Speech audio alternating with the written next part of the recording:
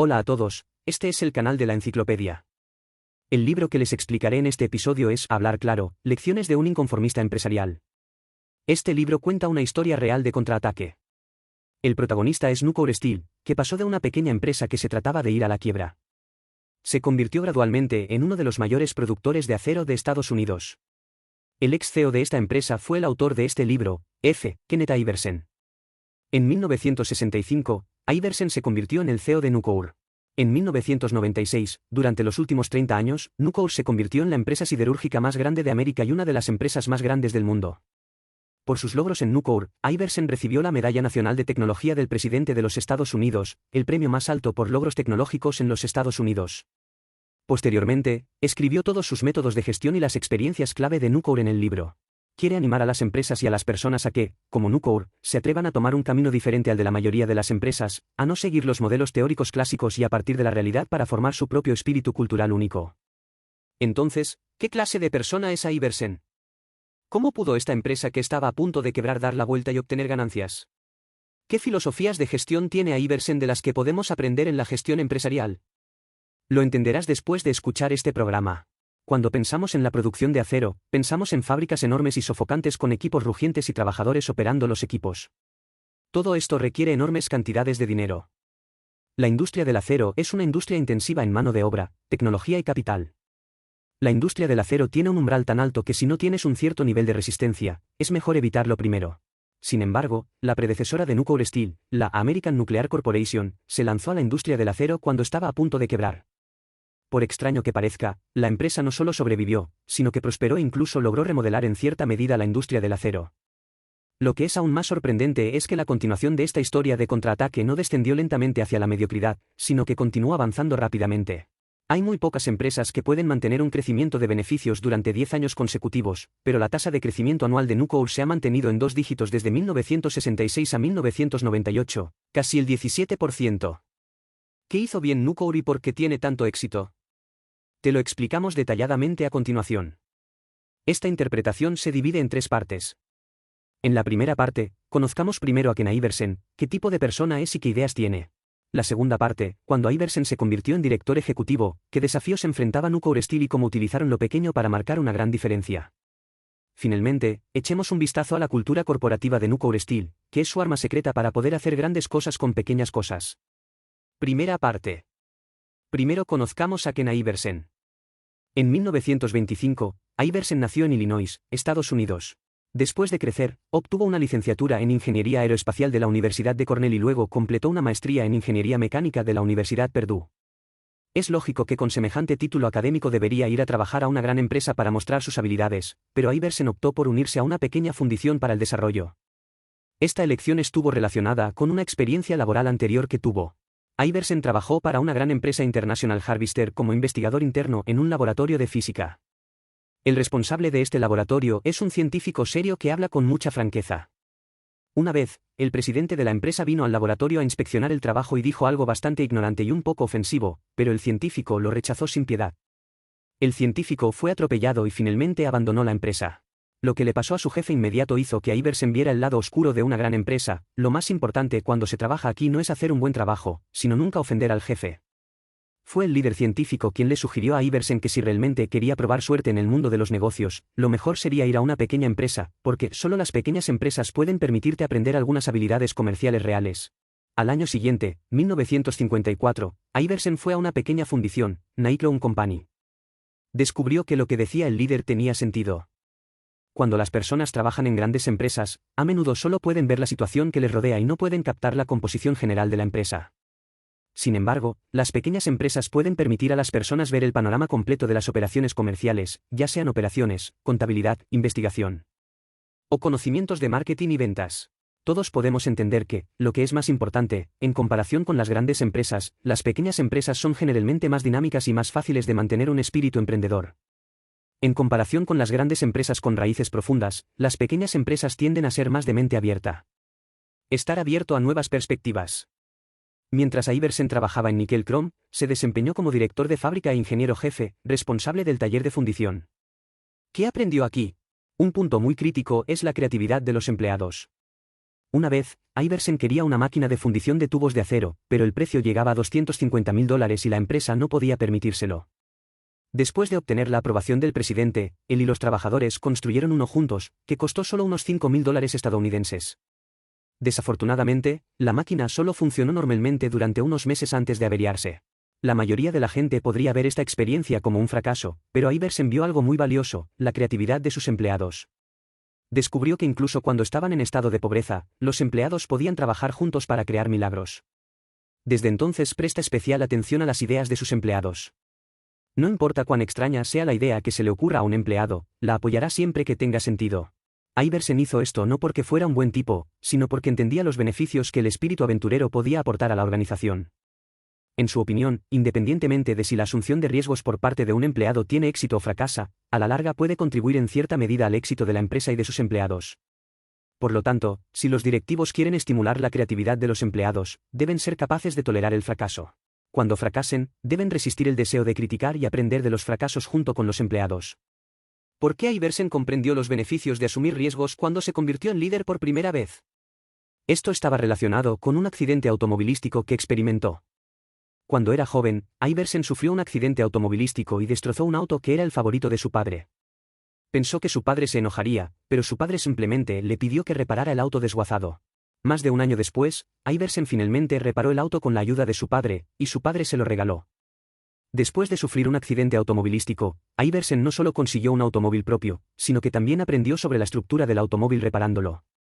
Esto convenció a Iversen de que no había nada terrible en cometer errores durante la aventura. Dijo en el libro, ten el coraje de experimentar y fracasar a menudo. De cada fracaso se pueden aprender lecciones útiles, que es el arma mágica para ser invencible en los negocios y en la vida. Oponerse a la burocracia de las grandes empresas, gustarle la vitalidad de las pequeñas empresas, centrarse en la creatividad de los empleados y fomentar el espíritu de asunción de riesgos. Estas eran todas las cualidades que Iversen tenía antes de unirse a Nucor. Cuando los trajo a Nucor, fue posible utilizar cosas pequeñas para hacer realidad grandes cosas. La segunda parte. Después de comprender a Iversen, echemos un vistazo a lo que enfrentaba Nucor cuando asumió el cargo. El predecesor de Nucor fue la American Nuclear Corporation, que producía principalmente instrumentos nucleares y otros equipos electrónicos. Pero esta empresa fue muy imprudente, no administró bien su negocio principal, por lo que se aventuró en nuevas industrias por todas partes. Una vez encontraron a Iversen y le pidieron que los ayudara a encontrar una empresa de metal. Después de que Iversen recomendó una empresa de fabricación de vigas se le pidió directamente que la administrara. En los últimos años, Iversen ha gestionado su departamento con vigor y es el único departamento rentable de toda la empresa. Pero el problema es que, debido a las pérdidas globales, la empresa no puede pagar el préstamo y está a punto de quebrar. El presidente de la empresa dimitió y la junta directiva pidió a Iversen que asumiera el cargo en tiempos de crisis. La promoción fue originalmente algo feliz, pero Iversen heredó un desastre. En aquel momento, incluso la junta directiva tenía pocas esperanzas y creía que la empresa había perdido su oportunidad de desarrollo. Aunque la tarea era ardua, la empresa también le dio a Iversen suficiente libertad de gestión. Independientemente de las medidas que quisiera tomar, la opinión de la junta directiva fue, está bien, mientras no cueste dinero, intentémoslo. Iversen asumió oficialmente el cargo en 1965. Utilizando su filosofía empresarial única, dirigió paso a paso a Nucor Steel para convertir las pérdidas en ganancias y lograr grandes ganancias en la industria del acero. Bajo su liderazgo, Nucor, que solo podía construir una pequeña fábrica y dominaba tecnologías simples, estableció por primera vez un punto de apoyo en el campo del acero de baja gama. Posteriormente, cuando su fuerza económica era muy inferior a la de sus competidores, lograron ponerse al día mediante la innovación tecnológica. A continuación, repasemos dos nodos clave en el proceso de desarrollo de Nucor Steel para comprender cómo utilizaron cosas pequeñas para hacer que sucedieran grandes cosas. El primer nodo clave es la supervivencia. Nucor, que está al borde de la quiebra, primero debe sobrevivir y también debe encontrar una manera de sobrevivir en la altamente competitiva industria del acero. Después de que Iversen se hizo cargo de la empresa en 1965, rápidamente vendió el negocio que generaba pérdidas y comenzó a centrarse en las capacidades centrales, apostando todas sus fichas en el negocio rentable, la producción de acero. En unos pocos años, dejaron de utilizar acero para fabricar vigas y regresaron a la producción de acero. En 1972, el nombre de la empresa se cambió oficialmente a Nucor. Durante este periodo, Nucor estaba luchando por sobrevivir. Por supuesto, no podía competir directamente con los gigantes de la industria. ¿Qué debemos hacer? Comer los restos de las grandes empresas siderúrgicas y hacer los trabajos que ellas no quieren hacer. Al principio, Nucor fabricaba productos relativamente simples y de gama baja. Por ejemplo, existe un tipo de acero llamado varilla de refuerzo, que se encuentra en la parte inferior del mercado del acero en términos de calidad, costo y ganancias. Para las grandes empresas, el mercado del corrugado no es atractivo y ya es demasiado tarde para deshacerse de él. Pero Nucor y otros no lo ven así. Una pequeña fábrica puede fabricar un producto tan sencillo sin ningún coste de investigación y desarrollo, y la tasa de depreciación del equipo sigue siendo muy baja. En su opinión, se trata de un buen negocio. Además, en este campo segmentado no hay necesidad de competir con los grandes, mientras haya ganancias se puede comer solo, con tranquilidad.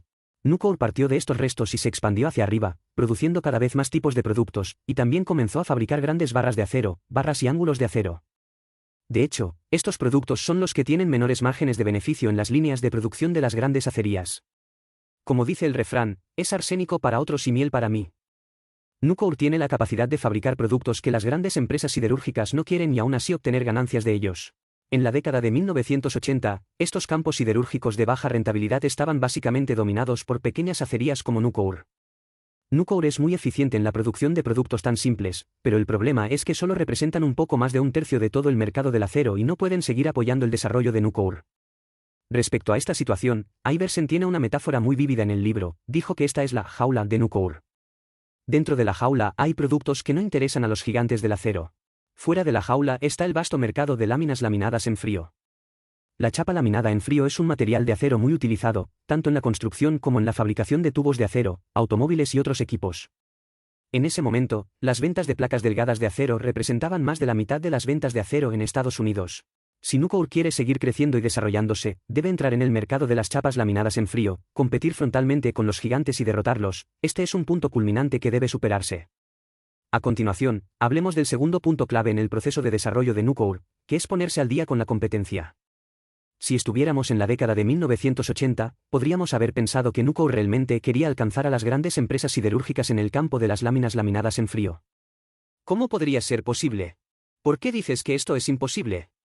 Porque antes de 1989, solo las grandes empresas siderúrgicas tenían la capacidad de producir chapas de acero delgadas. Las grandes empresas dominan complejos procesos de fabricación, pueden procesar materias primas, mineral de hierro y producir productos acabados de acero, y cuentan además con la mano de obra, el espacio y el equipo necesarios para realizar estas tareas.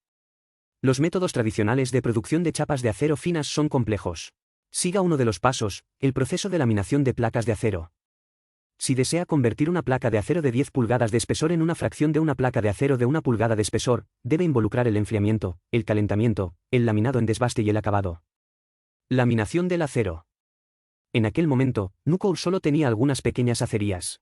Según las propias palabras de Iversen, estas acerías eran esencialmente plantas de procesamiento de chatarra, cuya materia prima para sus productos no era mineral de hierro sino chatarra de acero. Si utilizamos el método de las grandes empresas siderúrgicas para fundir chapas laminadas en frío, Nucor tendrá que copiar completamente su cadena de producción. Pero el problema es que el coste de copiar es demasiado elevado. Por ejemplo, el laminado de placas de acero requiere el uso de muchos talleres que, si están conectados, se pueden extender a más de 1,6 kilómetros. Como la forma tradicional no funciona, comencemos en una nueva dirección. A Nucor y los demás se les ocurrió un buen método, que consistía en fundir el acero fundido en acero más delgado, de aproximadamente 2 pulgadas de espesor, y luego convertirlo en placas delgadas de una fracción de pulgada. A medida que el espesor del acero se vuelve más delgado, los requisitos para los equipos de producción en todo el proceso no son tan altos. Si las láminas terminadas se pueden enviar directamente a la planta de acabado mientras están calientes, también se puede reducir la necesidad de equipos de laminación de acero a gran escala, de modo que Nucor pueda completar la producción en su propio taller económico. Este método parece simple, pero en realidad es muy difícil hacerlo. La dificultad es cómo verter acero fundido de manera uniforme en el molde de fundición, dejar que se mueva rápidamente y luego aprovechar el calor del acero para enviar el molde de fundición directamente al taller de laminación de acabado. En otras palabras, aunque este nuevo método simplifica el proceso de producción, impone altos requisitos en cuanto a la precisión del proceso de producción, por lo que siempre ha estado en la etapa experimental. Nucor quería producir un sistema de fundición de placas delgadas basado en este nuevo método y gastó millones de dólares para hacerlo, pero fracasó. Sin embargo, no se han dado por vencidos y han estado siguiendo los avances de otras empresas en este sentido. Nucor notó que una empresa de fabricación de equipos llamada SMS había logrado un gran avance en la tecnología de fundición de placas delgadas, por lo que fueron a visitarnos e intercambiar ideas técnicas juntos. En 1987, SMS pudo fundir continuamente acero de 2 pulgadas de espesor, perfeccionando el proceso de fundición de placas delgadas para la producción comercial. Sin embargo, las grandes empresas siderúrgicas estaban acostumbradas a procesar acero de 10 pulgadas y era poco probable que prestaran atención a esta nueva tecnología, por lo que Nucor se convirtió en el mejor candidato para promover la tecnología de fundición de placas delgadas. Nucor gastó más de $200 millones estadounidenses para comprar un conjunto de equipos de fundición de placas delgadas y un laminador de placas delgadas de SMS Company, y estaba listo para comenzar a aplicar la tecnología de fundición de placas delgadas. Esta tecnología ha aportado avances revolucionarios a la producción de Nucor. La primera es la ventaja de costos. Los precios del acero de Nucor son entre $50 y $70 por tonelada más bajos que los de las grandes empresas. En segundo lugar, esta tecnología permite a Nucor dejar muy atrás a sus competidores. Al principio, a las grandes empresas siderúrgicas no les importaba la tecnología de fundición de placas delgadas y, si se ponían al día, tendrían que pagar enormes costos de aprendizaje. No fue hasta 7 años después que un competidor adoptó la tecnología de fundición de placas delgadas para producir acero. Con la ayuda de esta nueva tecnología, Nucor se ha convertido gradualmente en la tercera empresa fabricante de acero más grande de Estados Unidos. Ahora pensamos y sentimos que la suerte de Iversen y Nucor es simplemente demasiado buena. Una vez que haga su apuesta, apostará en lo correcto. De hecho, cuando desarrollaron la tecnología de fundición de placas delgadas, no hicieron una apuesta apresurada, sino que lo pensaron 2 veces antes de hacer un movimiento. Antes de hacer la apuesta, evaluaron cuidadosamente la viabilidad de la tecnología, qué ventajas competitivas aportaría y cómo mejoraría la posición estratégica de Nucor en la industria. Antes de esto, habían estado siguiendo la tecnología de fundición de placas delgadas durante varios años. Nucor puede superar a sus competidores en tecnología de fundición de placas delgadas. Además de la preparación avanzada y la evaluación cuidadosa, también hay un factor muy importante, que es la actitud de Nucor hacia la asunción de riesgos. En Nucor existe un lema: todo lo que vale la pena hacerlo mal. Lo que significa es que si quieres hacer algo, no siempre intentes que tu estrategia sea infalible, porque los intentos innovadores suelen implicar ciertos riesgos, y debes ponerlo en práctica lo antes posible para ver si funciona. En realidad, este lema fomenta la prueba y el error. De hecho, conduce a muchos fracasos. Iversen dijo que casi la mitad de las nuevas tecnologías, nuevos métodos y nuevas estrategias que intentó Nucor fracasaron. Pero a menudo hay plántulas de éxito escondidas en los fracasos. ¿No proviene la tecnología de fundición de placas delgadas que acabo de escuchar de un fracaso de Nucor? Respecto al fracaso, Iversen también tiene una afirmación interesante en el libro. Esto es lo que dijo: no caiga en la trampa de no descartar. La palabra riesgo incluye naturalmente la posibilidad de fracaso. Debemos ver esta posibilidad y estudiar esta posibilidad, pero no debemos evitar esta posibilidad. La tecnología de fundición de placas delgadas ha ayudado a Nucor a superar a sus competidores, pero el desarrollo del gigante del acero depende de más de un avance tecnológico.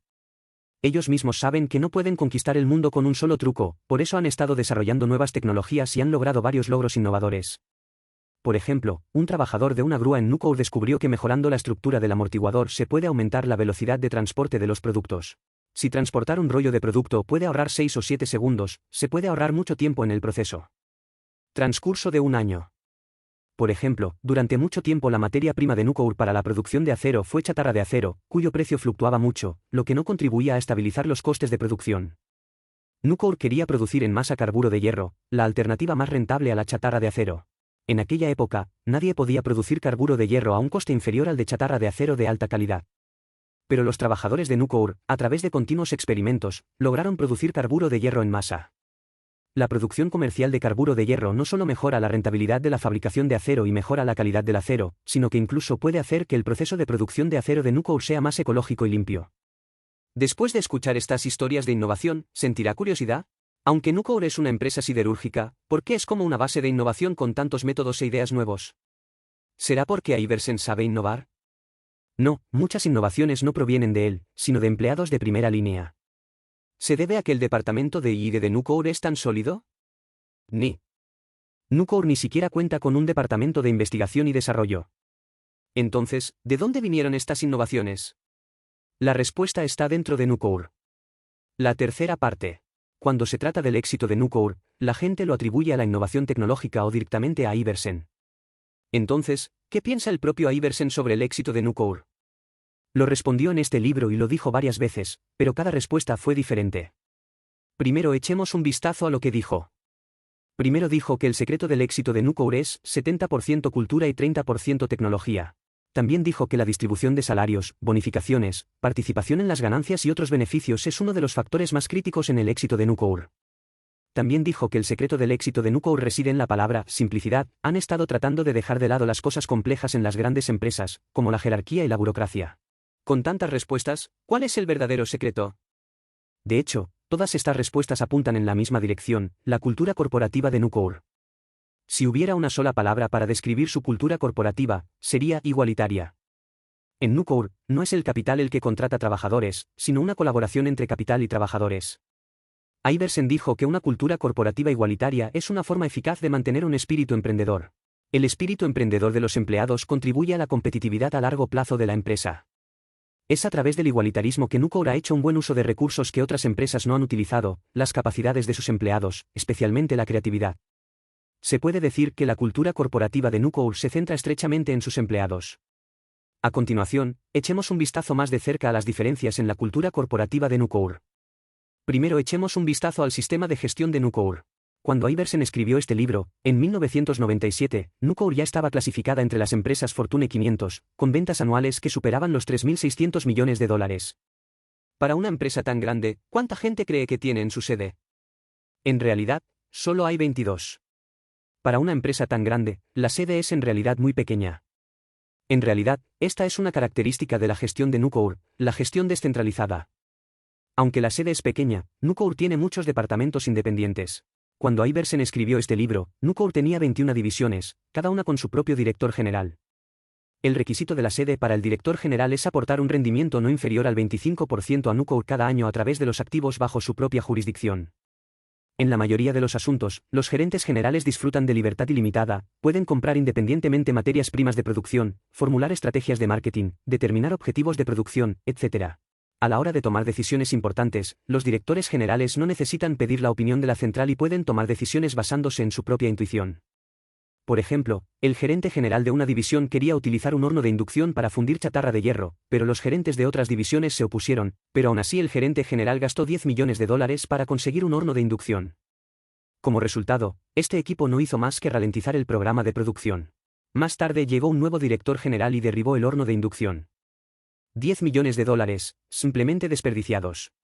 Puede sonar un poco absurdo, pero nos permite ver que la gestión descentralizada de Nucor no es solo palabras, sino que realmente se implementa. En cada sucursal, casi todas las decisiones deben ser tomadas por el director general y los empleados. Si el director general no quiere estropear las cosas, tiene que confiar en sus empleados y tratarlos bien. En Nucor, los gerentes y empleados trabajan mano a mano con el objetivo común de sobrevivir a largo plazo, dijo Iversen. Los empleados quieren tener una buena vida y los gerentes quieren asegurarse de que la empresa no despida a empleados en los próximos 10 o incluso 20 años y que los hijos de los empleados puedan trabajar aquí. El sistema de gestión descentralizado vincula estrechamente los intereses de los gerentes y empleados. Entonces, ¿qué beneficios tiene para la sede de Nucor? Permite a Nucor superar a sus competidores en términos de innovación tecnológica, velocidad de producción y flexibilidad. Además de la gestión descentralizada, el sistema de gestión de Nucor también tiene otra característica: escaleras de gestión sencillas. La empresa promedio de Fortune 500 tiene de 8 a 12 escalafones gerenciales. Nucor solo tiene 4 niveles: presidente/presidente, director general, director de departamento, supervisor/diagonal profesional. No más, eso es todo. Lo que es aún más raro es que no importa cuán grande se vuelva Nucor, solo existen estas escaleras gerenciales y Iversen se niega a agregar otras nuevas. En su opinión, demasiados niveles de gestión debilitarán los canales de comunicación de información en la organización. En Nucor, si una persona necesitaba información, no necesitaba llamar a las secretarias una tras otra, podía simplemente llamar a la persona que conocía la información. Si hay más escalas de gestión, la información no solo no fluirá fluidamente, sino que también puede distorsionarse en la comunicación en diferentes niveles. Una escalera de gestión sencilla facilita la difusión de información, y las sugerencias y la información de los empleados pueden llegar rápidamente a donde necesitan ir. Nucor compartirá toda la información con los empleados porque cree que necesitan mucha información para mejorar, utilizar sus talentos y hacer bien su trabajo. Después de hablar del sistema de gestión de Nucor, veamos otra diferencia en su cultura corporativa: el papel de los altos ejecutivos. Hablando de altos ejecutivos, la gente está acostumbrada a esta disposición en la que los altos ejecutivos gestionan equipos y guían a los empleados. Pero en Nucor, el trabajo principal de los ejecutivos no es gestionar a los empleados, sino servirles. Iversen cree que el trabajo de un gerente es principalmente ayudar a los empleados que dirige a completar tareas extraordinarias. En otras palabras, en Nucor, no son los empleados los que forman a los ejecutivos, sino los ejecutivos los que forman a los empleados. El requisito previo para el éxito de los empleados es tener una buena relación con ellos, que es también el objetivo de los ejecutivos de Nucor. En este punto, Nucor ha resumido muchos métodos, como tener conversaciones más informales con los empleados para mejorar el entendimiento mutuo y comprender la situación real en primera línea de manera oportuna. Por ejemplo, los ejecutivos realizan periódicamente encuestas de opinión formales para recopilar, escuchar y tomar en serio las opiniones de los empleados. Por otro ejemplo, celebrarán reuniones de empleados para escuchar las dificultades y sugerencias de los empleados. Iversen dijo que el objetivo de acercarse a los empleados no son realmente los métodos utilizados, sino la intención detrás de ellos, querer involucrarse con los empleados. En opinión de Iversen, el poder del gerente proviene de sus subordinados. Mantenerse alejado de sus subordinados significa mantenerse alejado de la base del poder.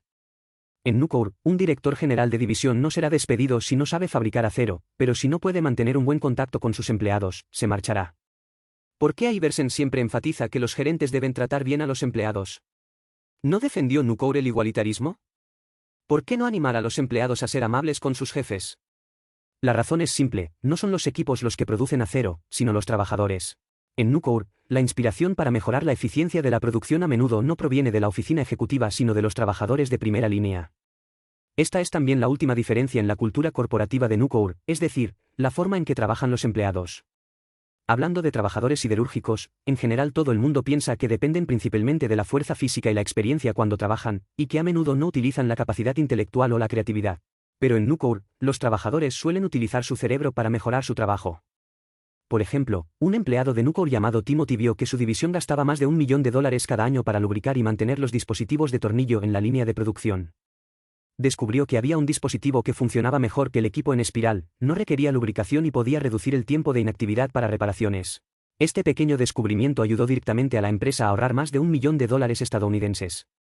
Para poner otro ejemplo, los trabajadores del departamento de transporte de Nucor vieron que los remolques de camión de la empresa no eran adecuados para transportar productos enormes, por lo que utilizaron los materiales disponibles para construir un remolque más adecuado.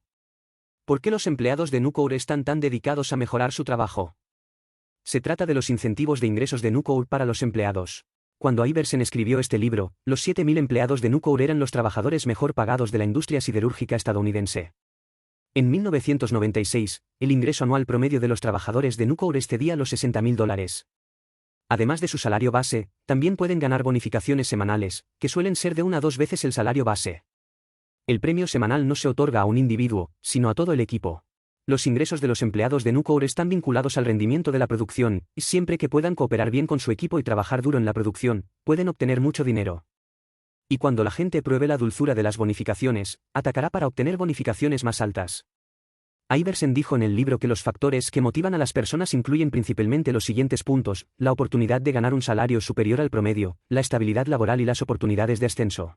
Si una empresa no puede ofrecerlos, no importa cuántas oportunidades de formación o bonitos espacios de oficina haya, no podrá motivar realmente a los empleados. Si una empresa puede hacer esto por sus empleados, estos se esforzarán espontáneamente por lograr un mayor rendimiento y tomarán la iniciativa de utilizar sus talentos. Iversen también dijo en el libro que la contradicción más grande y aterradora en las empresas modernas es que los gerentes están preocupados debido a sus pesadas responsabilidades, mientras que los empleados están inactivos porque su trabajo no representa un desafío. De hecho, esta contradicción todavía existe hasta ahora. Entonces, ¿cómo resolver esta contradicción? La experiencia de Iversen es reconocer plenamente que los empleados son el motor del progreso de la empresa y esforzarse por crear un entorno propicio para la mejora continua de los niveles de desempeño de los empleados. En algunas empresas, como los despachos de abogados y las empresas de consultoría, la gente necesita confiar en el talento de unos pocos ejecutivos para completar tareas clave. Pero en Nucor Steel, la mayor parte del genio de la organización se almacena en aquellos que están en primera línea y completan trabajos específicos. Las opiniones de los empleados suelen ser mejores que las opiniones de la dirección para promover el progreso de la empresa. Ahora, repasemos los aspectos más destacados de este libro. Nucor Steel era originalmente una pequeña empresa mediocre y estuvo incluso al borde de la quiebra. Pero no solo se convirtió en uno de los mayores productores de la industria siderúrgica estadounidense, sino que también estableció un récord de rentabilidad durante décadas. Este cambio es inseparable del autor de este libro, Ken Iversen. Se opone a la burocracia de las grandes empresas y le gusta la vitalidad de las pequeñas. En la gestión, concede gran importancia a la creatividad de los empleados y fomenta el espíritu de asunción de riesgos. Bajo su liderazgo, Nucor formó su propio modelo de desarrollo. Aquí, la central no dirige las divisiones, pero las divisiones son autónomas. Aquí, los ejecutivos no asignan empleados, pero los ejecutivos suceden a los empleados y confían en los talentos de los empleados. Aquí, Los trabajadores del acero quieren hacer un bien trabajo y no lo hacen, se encontrarán con limitaciones a nivel organizacional, y solo necesitan dar rienda suelta a su creatividad, imaginación y colaboración para obtener una remuneración que supere los niveles de la industria. Este tipo de cultura corporativa es el secreto del éxito de Nucor Steel, aporta ventajas competitivas a Nucor en términos de innovación tecnológica, velocidad de producción, flexibilidad, etc., ayudándola a superar a sus competidores y crecer gradualmente hasta convertirse en la más grande del mundo. Hay un dicho popular en el mundo de los negocios: cuanto más grande, mejor, como si más grande fuera mejor, y cuanto mayor sea la escala, más éxito tendrá. La escala aporta ventajas competitivas a la empresa, pero después de escuchar la historia de Nucor, creo que habrá descubierto que grande no necesariamente significa bueno, pequeña escala puede traer beneficios y lograr grandes logros. ¿Eso significa que cuanto más pequeña sea la empresa, mejor?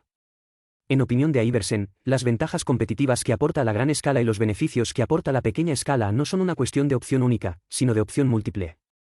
Deberíamos encontrar formas de hacer que ambas nos sirvan. En otras palabras, ya sea grande o pequeña, es esencialmente una herramienta para el desarrollo empresarial. Debemos convertirnos en dueños de la herramienta, comprender sus beneficios y limitaciones, y ser capaces de hacer un buen uso de ella y volver a ponerla en práctica. Tiempo en la caja de herramientas. Este es el final de este programa. ¿Cuáles son sus diferentes opiniones al respecto? Bienvenido a dejar un mensaje para discutir con todos. Oye, si te gusta nuestro canal, suscríbete. Jaja, ¿recuerda que te gusta?